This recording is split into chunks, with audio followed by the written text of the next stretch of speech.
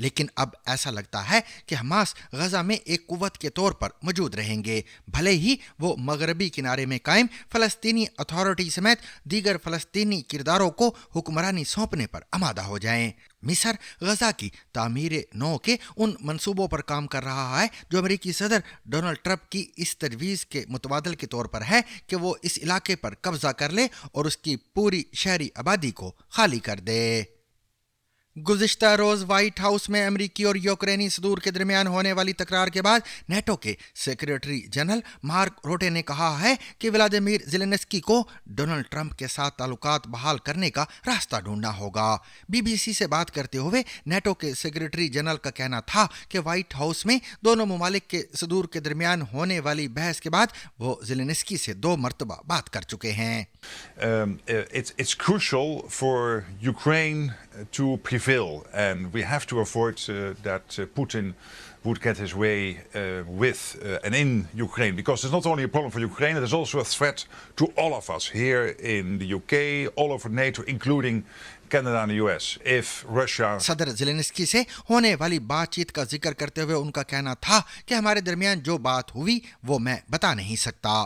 Mark روٹے کا کہنا تھا کہ انہوں نے صدر زیلنسکی کو بتایا کہ صدر ٹرمپ نے جو کچھ یوکرین کے لیے کیا اس پر انہیں عزت دینی چاہیے۔ نیٹو کے سیکریٹری جنرل کا مزید کہنا تھا کہ صدر ٹرمپ کے پہلے دور حکومت میں امریکہ نے یوکرین کو javelin anti tank missile system کی فروخت کی منظوری دی تھی، جس کے سبب یوکرین کو روس کے خلاف لڑنے کا موقع ملا۔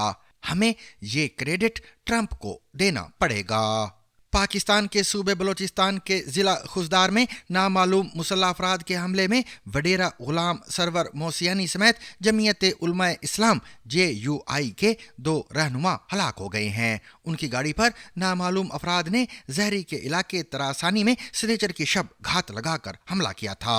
وڈیرہ غلام سرور لاپتہ افراد کے رشتہ داروں کے ساتھ اظہار یکجہتی کے لیے سراب گئے تھے، جو کہ زہری سے 9 افراد کی جبری گمشدگی کے خلاف کوئٹہ کراچی شاہراہ پر دھرنے پر بیٹھے ہیں۔ زہری کے اسسٹنٹ کمشنر خالد شمس نے فون پر ZBC کو بتایا کہ وڈیرہ غلام سرور ایک گاڑی میں 3 افراد کے ہمراہ واپس اپنے گھر جا رہے تھے کہ نامعلوم مسلح افراد نے تراسانی کے علاقے میں رات کو 9 بجے ان پر حملہ کر دیا۔ اس حملے میں وڈیرہ غلام سرور کے علاوہ JUI کے ایک اور مقامی رہنما مولوی امان اللہ ہلاک جبکہ 2 افراد زخمی ہو گئے ہیں۔ اسسٹنٹ کمشنر نے بتایا کہ واقعے کے بارے میں تحقیقات کا سلسلہ ابھی جاری ہے، تاہم ابھی تک اس واقعے کے محرکات معلوم نہیں ہو سکے ہیں۔ وڈیرہ غلام سرور JUI کے سابق رہنما اور وزیر وڈیرہ عبدالخالق کے صاحبزادے تھے۔ JUI کے مرکزی ترجمان اسلم غوری نے JUI بلوچستان کے رہنما وڈیرہ غلام سرور اور مولوی امان اللہ کے قتل کے واقعے کی مذمت کرتے ہوئے کہا ہے کہ یہ ایک منصوبہ بندی کے تحت ان کی جماعت اور مذہبی طبقے سے تعلق رکھنے والے افراد کو ہدف بنا کر قتل کیا جا رہا ہے۔ اپنے ایک بیان میں انہوں نے کہا کہ ان کی جماعت کو جمہوریت کا ساتھ دینے کی سزا دی جا رہی ہے۔ راجستھان میں 1 مارچ کو ہندو تنظیموں نے 5 طالبات کے مبینہ ریپ اور بلیک میلنگ کے خلاف اجمیر میں ہڑتال کی کال دی تھی۔ بازار، سکول، کالج اور تمام ادارے سنیچر کی صبح بند رہے اور اس ہڑتال کو تجارتی تنظیموں کی بھی حمایت حاصل ہے۔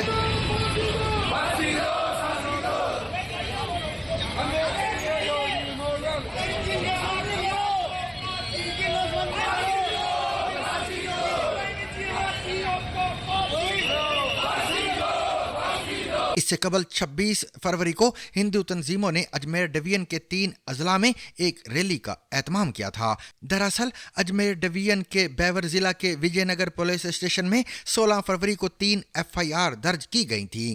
ان FIRs میں کئی سنگین الزامات لگائے گئے تھے، جیسا کہ 5 نابالغ اسکول کی لڑکیوں کو بلیک میل کرنا اور ریپ کرنا اور ان پر مذہب تبدیل کرنے کے لیے دباؤ ڈالنا۔ مقامی پولیس نے اس معاملے میں ایک سابق کاؤنسلر سمیت 12 افراد کو گرفتار کیا ہے، جن میں سے 3 نوعمر لڑکے ہیں۔ مقامی عدالت کے حکم کے بعد 8 ملزمان کو جیل بھیج دیا گیا، جبکہ سابق کاؤنسلر حکیم قریشی کو ریمانڈ پر پولیس کے حوالے کر دیا گیا ہے۔